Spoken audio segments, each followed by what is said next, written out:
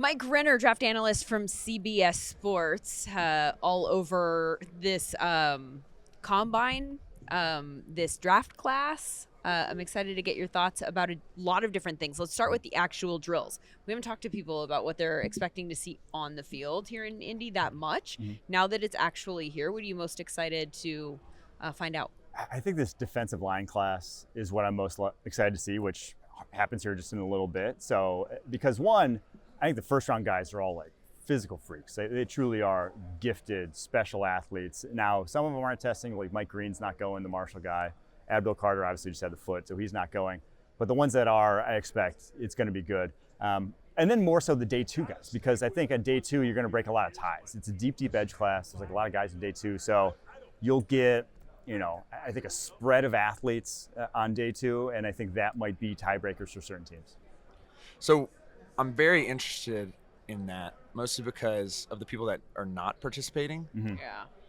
What do you think about the trend of all of the mid-first round guys who it seems like they could break ties, particularly at the edge position, not going? I hate it. As draft analysts, like, you want to see every single guy compete, right? And I think the NFL, in a few years' time or going forward, I think they're going to try to incentivize guys to come and work out here because, there's a lot of money riding on it. There's a lot of sort of TV viewers riding on it. And for all the top guys to not run, it's like it takes some of the luster out of it. And then pro day numbers versus combine numbers, there's always like a little fudging you got to do. So I don't like it, but truthfully, at the end of the day, this is such a small part of the evaluation. Like I said, it's a tiebreaker for me more often than not, or just a check on my eyes to see, hey, if a guy runs really fast and I didn't think he was fast, what did I miss? If a guy runs really slow and I didn't think he was slow, what did I miss? That sort of thing. I know this is probably different for every position group, and so it might be too broad a question to ask, but what components of the combine do you find most helpful and what components are least helpful to you?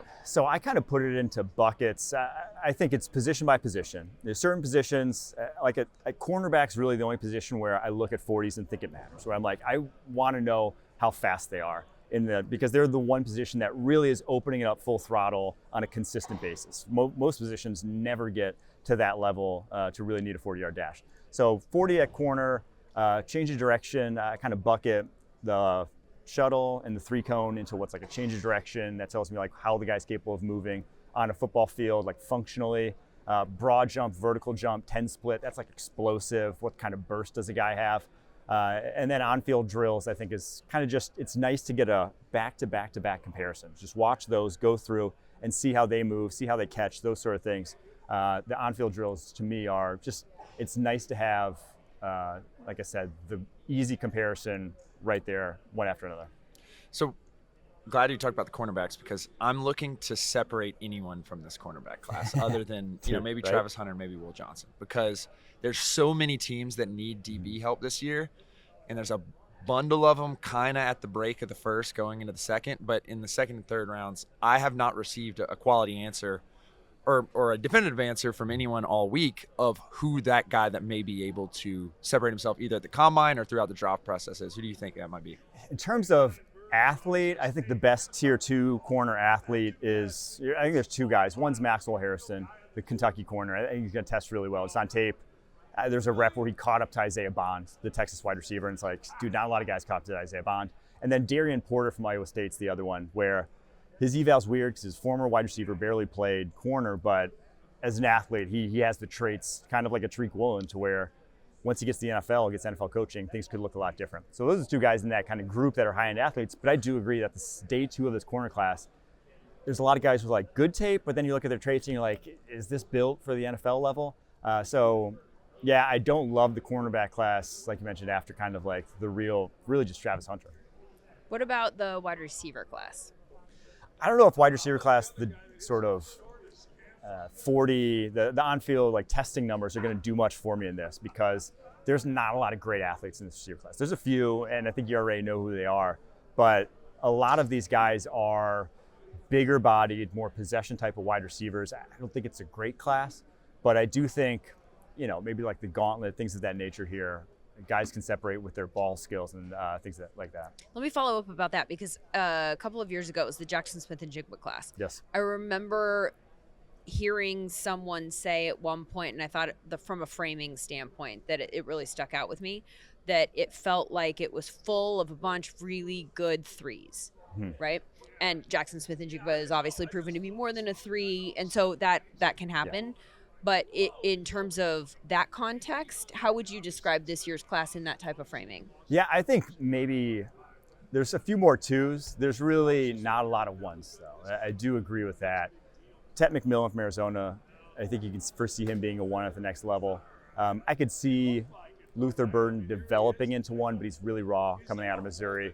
But after that, like Emeka Egbuka is kind of a nice number two. Matthew Golden's a nice number two. It does feel like a lot of number twos in this draft class, and then a lot of just like possession guys on to day two. But I think that reliability, there's a lot of guys with good hands, good ball skills. I think a lot of teams around the NFL who just like have wide receiver cores they don't trust are going to be drafting wide receivers in the second, third round of this class because there's a lot of guys that you can't trust. You so diligently, and I appreciate it, came on the Draft FM podcast, the first one, and said Abdul Carter was number one. Now we have news that he has a stress reaction, question mark, question mark, question mark. Have you not? Should avoid surgery, question mark, question mark, question mark. How does that affect your evaluation of him? Do you think it makes a huge difference or no? No, it didn't. He truthfully didn't even know until he got the combine check that he had it. And he even said, like, I think I'm still going to work out on my pro day. So he's not getting surgery. Honestly, it doesn't bother me. Like, call me when he doesn't work out his pro days and capable of that or even doing anything before the draft. If that's the case, then we'll have a little different conversation. But I've never heard of someone's career getting derailed from a stress fracture, right? This isn't like a torn Achilles. This isn't the ACL. Like, This is just what's usually a very minor injury that heals very properly. Okay. Okay. Because I was thinking if it indicates that he is at risk for a fracture, then are you just waiting for the ball to drop? Like, are you just waiting, for it to fracture? I think it can heal then at that point. I don't know. Let's see. We're not doctors. I actually texted Should my we dad. Shut up? I texted my dad, who is a doctor. Let's see if he texts me back about it. No, he hasn't. Okay. Come on, Dad. Get on. You can't get your dad to text you back? I think he's on a cruise right now. So. That's incredible. During the combine? Come on. He's not as diehard as me. Let's do it. Oh, that's wonderful. What do you make of the quarterback class at the top and where you think? So I know a lot of people are putting them in the top. Where would you feel comfortable taking them if you were the GM of a team? Yeah. Maybe let's take the desperation factor out of it and the team builds, which you can't. I understand, but like in terms of the positional value and where you think they actually should slot. I would take him number one if I'm Titans GM. Really? Cam Ward, excuse me.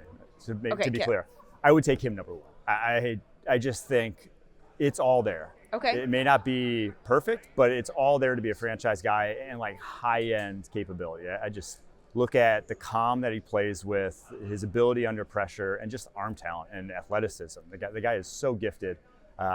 You get him in an NFL building with a good OC, good situation to develop, and I think he will because he already has, right? He went from smallest level of football in high school to, I think it was like 8-man aside he played, to Incarnate Word, to Washington State, and then every single jump up, he got there, got better, passed the test, went into the next level. And so like, here's the next level up.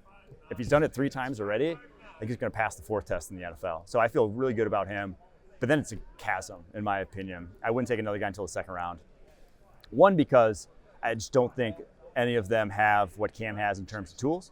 And 2, because there's a lot of guys that have, I don't want to say similar grades on, but there's a lot of guys I would consider like day 2 quarterbacks that if I'm drafting, say, Shedeur Sanders, number 3, and Jackson Dart falls to the second round, it's like, I don't have a different grade on those guys. Like, it's not too dissimilar. So why did I just take that guy a full round higher? Or someone like Tyler Shuck, I don't have too much farther behind, or even Quinn Ewers. So, and I like Dylan Gabriel too. I think he could be a starter in the league, even if it's not like a high-end starter. I think he can start like a Brock Purdy or something. So there's guys who can play in the league. There's guys who have played a ton of football. After Cam Ward, there's not a guy who I'm like, he's going to be a high-end starter. So I'm going to heel turn on you a little bit. So much talk about the running back class and how deep it is. I've heard names like Jordan James. You were talking about Dylan Sampson. Omarion Hampton's probably the certified number 2 guy who appears to be squeaking into the first round now. With all the history and uncertainty about running backs, what makes you feel that any one guy or any 4 guys are going to be impact players in their first 3 years? They're good. They're taped. They're good. I mean, like this is a good class. And I do agree that if you're looking for the same reason I just said about the quarterback class, do I have that dissimilar a grade on Ashton Genty versus, like, I like Dylan Sampson, who's probably going to be there in the late second, early third, right? To take him 40 picks earlier, Ashton Genty, probably not. Like, I probably wouldn't want to pull that trigger if I'm a GM. So someone will, though. We see it every year almost nowadays. Like, you know, I didn't expect Bijan Robinson to go number 7. You know, I didn't expect Jahmyr Gibbs to go number 12. But I think GMs are going to point to Saquon, they're going to point to Derrick Henry, and they're going to be like, look at what those guys did. And Ashton Genty can do that for us. Now, can they? More often than not, they don't, right? But I do just think this class, there are so many guys that you feel good about coming in and being day one starters. So it's just, the tape in this class really is, it's probably the best since like 2018, the Saquon year. So I don't want to misrepresent what you're saying, but what it seems like is you are more comfortable in waiting to the middle rounds to draft a running back. In this one. That makes sense. Yeah, that makes sense. There's so many good ones that there will be a guy that last year, you know, Jonathan Brooks goes second round, right? That I think guys in this class would have been drafted ahead of Jonathan Brooks that are going to be running back 5 off the board. Just because they're healthy, healthier. They're just as talented, and last year just wasn't guys. And so kind of the class every year, if there's more guys, that means better guys fall later. I always go back to like the year that Tristan Wirfs came out for the tackle position. You don't get a talent like Tristan Wirfs at 13 in most classes unless there's Andrew Thomas, Jedrick Wills, and Mekhi Becton ahead of him, right? He would have gone 4th overall if those guys don't exist. So in last year's class, these running backs didn't exist, so a guy like Jonathan Brooks goes second round. Jonathan Brooks goes mid-third in this class. You would have, so that's how it goes. I was trying to heel turn on you, and then your explanation made too much sense. It didn't. There were no fights, and we are not at a Starbucks, sir. I would like to follow up on that depth and how it impacts where people go in the draft with other position groups, because it seems like there's a few groups that are just really deep. And I'm wondering, as you've done some mock drafts or kind of figured out like how you think it'll go, if you found yourself going back as you get deeper into the draft and understanding where there's talent to be had later, have you had to go back and adjust what you're doing earlier for some teams because you know that strategically you could get somebody later? 100%. And I think, the Eagles, look at the Eagles, their model, that's what it is. They know you can find a talented linebacker later or in free agency. They know that you can find a safety later. They know there's positions that you don't have to take top 20. But there are positions that if you want an all-pro at, chances are you have to take them top 20. Edge rusher is one of those. So you'll see a lot of edges go in the top 20 in this draft because, well, that theory just won the Super Bowl. So I do think that OT, edge rusher, D-tackle, like if you want a guy who's a difference maker, you draft him early. So let's talk about the edges. Shamar Stewart is someone we watched at the Senior Bowl. He seems as if he's rising up big boards. What's the earliest you think he can go? And who do you think's interested in him? Just thinking about this earlier today. I think he could easily go number 9 to the Saints. Ooh. Now they've switched up their defense. They're 3-4. Saints guy here. Yeah, but I have him at 10 to the. But yeah, 9 to the Saints, 10 to the. But like in a 3-4, like you're going to see on the field today, he's athletic enough to still play in 3-4. He came in at 267 too. What do you play at the edge, or do you think you play 4-eye? I think he could play edge in a 3-4. Like he's just that freakishly athletic. Wow. So I think he goes high as 9, 10 also to the Bears. Like those feel like landing spots that are very realistic at this point. Is he good enough to be the main guy on a line like that? Because I've heard other people frame it as like if you put him on a line that had a really strong other edge rusher, right? Like so if you drop him on the Raiders, if you drop him on the Lions, now we're kind of cooking with gas and getting the best out of him, but not sure if the consistency is there for him to be that dude himself. I definitely want him rushing against right tackles. So that's the one thing I will say about him. I don't know if it's you need another guy, but he wins with pure athleticism. More often than not, the most athletic offensive tackle plays on the left side in the NFL. Eagles are one exception, but like more often than not, it's like that's just how teams set it up. That's historically how they've done it. So those guys then tend to work better when they're just going up against the lesser athletic tackles. He's a project through and through. There's a reason he only had a sack and a half last year with all these tools that we're discussing. So it's going to be a wait and see, and that's why I love the Saints for him because they don't need it right now. They just need that guy when they're ready to compete again. I think Saints fans might. Taking notes? I'm taking notes. Like, and I think Saints down. fans might freak out if we draft another massive edge, like Turner. But now Dennis Allen is in The Bears. Yes. That's why I thought the Bears were a good spot for him, because he's huge. Yeah. And it's in that line of Peyton Turner, Marcus Davenport, Hendrickson, even to a certain degree, 3rd round, but whatever. So, What are you looking for in free agency that you think will most impact the draft? It's a good question. I do think top of the draft, there's a lot of teams up there just like that have cap space to play with. So like the Patriots is one where, everyone wants to give them Will Campbell, but what if they get, Cam Robinson in free agency? All of a sudden, your Will Campbell mock drafts kind of look silly. So I think that's it. There's just a handful of teams that have a ton of space that will start plugging these holes, and all of a sudden, wipe the slate clean for your mocks. So at the same time, I'm not overwhelmed by the amount of talent in the free agency class, and feel free to disagree with me on that. And it seems like a bunch of teams do have a ton of cap space. What do those teams do with the cap space, given you have to use it? I don't know, man. It's a bad year. I agree. There are going to be some deals that you're like, what in the world? Because it's not only this year. We saw how big the cap leapt.